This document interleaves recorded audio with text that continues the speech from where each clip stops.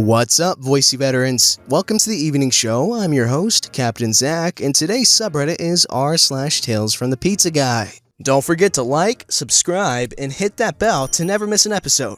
This story was called My Impromptu Photo Shoot with the Barbie Jeep, a wholesomely cute delivery tale. When I was 19, I had a large lifted Jeep that I delivered in. I loved that Jeep. It was so nice cruising around with the top off in our semi-rural delivery area. On a nice, breezy twilight evening, it was heavenly. I got sent on a run to one of the newer subdivisions that were being built. I pull up in the driveway and there is a Barbie Jeep parked all proper-like in the driveway. I thought it would be cute to back my Jeep up next to it. I hop out and this little girl about 5 or 6 comes running out to me with her eyes all lit up. You have a Jeep? I've never seen a girl with a Jeep. I have a Jeep too, see?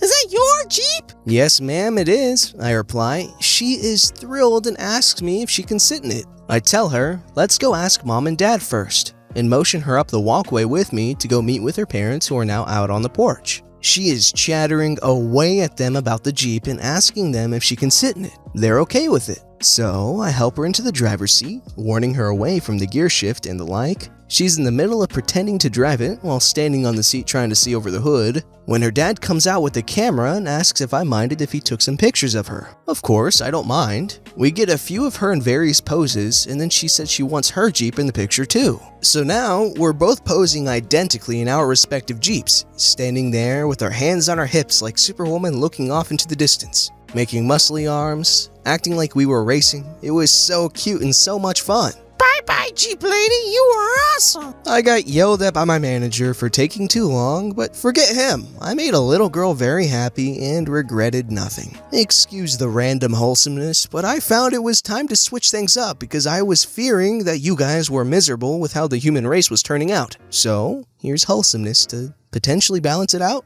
This story was called My Wife is a Teacher, so I get a discount. This is an old story, but it cracks me up still. Here's the cast of characters. There's me, general manager, and the customer. So the customer walks in, he's a middle-aged guy from somewhere in the Middle East, and orders a large veggie lovers and adds banana peppers and jalapenos to it. I ring him up and he looks at the price and says, "No, my wife is teacher, so I get discount, yes?" I respond, "No, the teacher's discount only applies to deliveries to schools when the teachers are throwing a pizza party for the kids. It doesn't apply to carry-out orders." No, my wife is teacher, I receive discount." His English was pretty broken. This is how we talked. After about a minute, I called my general manager, who speaks Arabic, over to the counter to not only explain to the guy in his first language, but also give the final word since he runs the store. The guy isn't having it. He keeps saying, "But my wife is teacher," over and over again. So finally, I ask, for no reason other than to see if the whole teacher thing was made up, "What school does your wife teach at?" His response,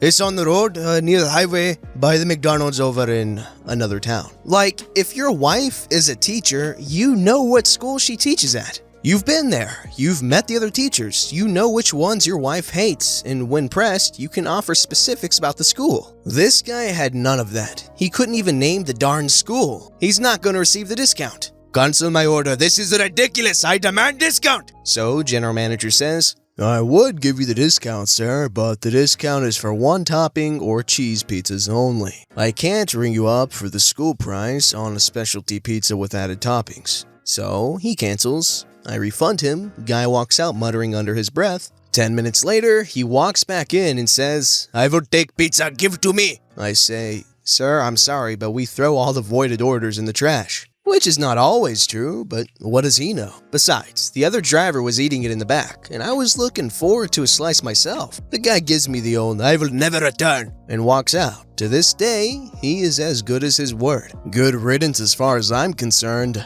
Alright, I'm sorry, but this isn't very relevant to the story, but I'm curious. What are your ideal pizzas? Let me know in the comments below. Okay, this story was called Keep Your Doors Locked. Here are a couple of short stories from when I delivered during the last St. Patty's. Here's the first one. I was delivering for a sister store who needed staff because they're in a part of town with tons of bars. I get a delivery to a pretty swanky hotel that goes off without a hitch. Pull up and park on the street in front of it, head to the room, get a decent tip, come back. I hop in my car and notice there's a guy walking down the sidewalk on the side of the road I'm on that keeps looking back and staring at my car. He's all over the sidewalk, so I figure he's just drunk and zoning out. I pull away from the curb and start driving down the street when this dude dashes out into the road in front of my car and starts flailing his arms in the air. I slam on my brakes and crack my window to give him a friendly, "What the flip do you think you're doing?" To which he begins walking up to my door. Pro tip, always keep your doors locked. "Hey, can you give me a ride to X house? I'll give you $5. No, man, I can't give anyone rides. Drunk guy not backing away from my door. "Come on, man, it's not far." "No, I'm not an Uber. Call a cab or get an Uber." "Well, call me one." He flails both his hands in the air, getting peeked off. "You can get your own fudging Uber, or you can walk into that hotel and ask them nicely if you can use their phone. Get away from my car." And of course, as I drove away, he spat on my back windshield. Second story, same night, same sister store. Get a delivery to an apartment building for a customer named Josh. This is important for later, and this is just before closing time at the bars. I drive out to the guy's apartment building and see a guy standing on the sidewalk leaning against a street sign just outside of the apartment building. I start pulling over to park in front of the apartment building, and the guy casually walks over to my car, grabs my passenger door handle, and starts trying to open my car door while I'm still moving. Pro tip, keep your doors locked. I slam on the brakes and the guy is still trying to wrench my car door open. I can audibly hear my door handle clunking against my door every time he tries to yank the door open. I am furious. Slam my car into park, get out of my car, and walk around to him. "Hey, what's your name?" "It's Ja." I don't remember his real name, but it's not Josh. "Okay, Ja, don't touch my flippin' car." "No, it's cool. We ordered food." "I don't care. Do not touch my car." At this point, another drunk guy comes out of the apartment building and walks over to us. Other guy says, "Hey man, that's my brother. I ordered the food." "What's your name?" "It's Josh." "Alright, Josh, you need to watch your brother, because if he keeps trying to open other people's cars, he's in for a bad time." I gave him his food, he surprisingly tipped, and luckily neither of them spat on my car as I left. What is with drunk people trying to open people's cars? I recall a previous episode where someone thought that someone's car was an Uber and so he just tried to open it while it was moving. Goodness, that's terrifying. Tell us some stories in the comments below of times when some stranger tried to get into your car or house or anything equally terrifying.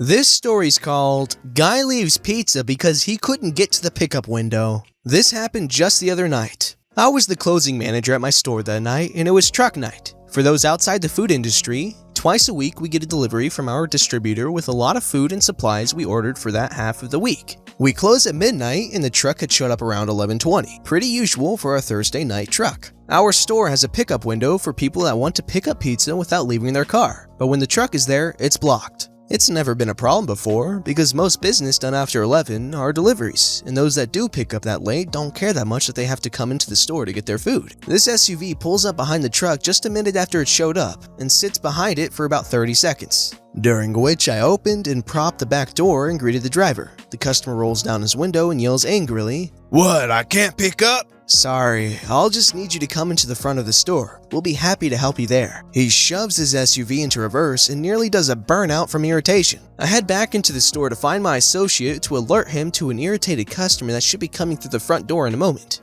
Instead, my window chime goes off and I walk over and realize that the customer has pulled up to the window facing the wrong direction, as he had come into the drive-thru from the exit. I open the window and remember that he's on the other side of the car. I can't reach him and he can't reach me for taking payment and food. I ask if he could please come into the front of the store where we would be happy to help him. "If I had known this was going to happen, I would have ordered delivery. You need to deliver my pizza to my car." "Sir, I would be happy to do that, except that I need to take your payment first. Could you please come to the front of the store?" "No, this is ridiculous. You need to refund my order right now." Customers can order online and pay ahead of time, except that their card isn't actually charged until the order is completed at a register. "Okay, sir, what's the name on your order?" The customer grumbles the name, and given that he's on the other side of the car, I don't hear it, so I ask him to please repeat. He just throws his hands in the air and does another reverse almost burnout and zips out of the lot without his pizza. I realized later that he had ordered over the phone, so no card payment had been put on the order anyway.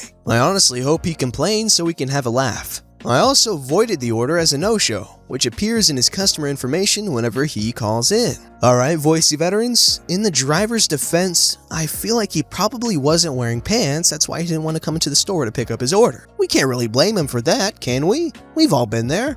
Alrighty, this story was called Little Girl Drops Her Mom's Pizza. So, I've been delivering close to a year now, had no hiccups so far until this happened. I got a delivery to a familiar house, nice and easy drive. Got to the door and heard the mom yell out, "I'll just be a minute." Anyway, I'm greeted to the face of a 6 to 7-year-old girl when the door opens. No mom in sight. Now, I don't really care about kids answering the door in regards to tips, as in Australia, we don't have a tipping culture and don't rely on tips. I tell the little girl it was $18 all up. She looks at me confused and hands me a $50 bill, saying, "Is this enough?" Of course, I'm not going to steal from a little kid, so I carefully count back her change to the exact cent. I think it was going smoothly. How wrong was I? I attempt to give her the pizza. She is obviously struggling to hold the box. I hesitate and say, "I think it would be best if you got your mom to carry it just in case." However, she shakes her head and said her mom said she had to carry it back. This irritated me a bit. I don't want to be blamed if she drops the pizza. The little girl gets a good grip of the pizza and walks down the hallway as I'm closing the door. Just as I was about to close the door, the little girl drops the pizza, topping side down, all over the floor. At this point, I've shut the door fully and can see a bit of the action through the glass pane next to the door. The little kid is trying to scrape all the toppings into the box and failing horrendously. I'm in an awkward position as I'm just standing there at the door, helpless. I wait there for another good 2 to 3 minutes, waiting at the door to see if her mom came to rectify the situation with me. I was prepared to talk it over with her and see if she wanted a new one. However, all I could hear was the mom scolding her daughter about the mess she made. At this point, I was pretty annoyed. The little girl must have felt so embarrassed about the situation. The mom didn't have the decency to help her struggling kid with the pizza. As I went to my car, which was a good 20 meters away, I could still hear the mom yelling. I got back to the store and told my manager what happened just to cover my butt if the mom rang up and tried to blame anything on me. Fortunately, we didn't hear from her. Throughout the whole shift, I felt awful about the situation and felt sorry for the girl. At the end of our shift, we get to make and take home a pizza for free. I decided to make the same pizza as the one that the little girl dropped and drop it off on my way home to their house. This wasn't because I felt bad for the mom who probably had to cook her own dinner, but I felt as if it would take the stress off the little girl. So I went back to their house, pizza in hand and some ice cream for the kid. I explained to the mom that I saw what happened and decided to tell her that little kids shouldn't answer the door as money can easily be taken and food can be easily dropped. I say that in the future, she should at least watch her child when answering the doors for deliveries at the very least. She ended up apologizing profusely and thanking me for my troubles. The mom has answered the door ever since. I personally found that story hilarious, then sad, and then very happy at the end. Tell us some stories in the comments about times you might have dropped entire pizzas or birthday cakes or something. Those are really funny. Don't forget to like, subscribe, and hit that bell to never miss an episode.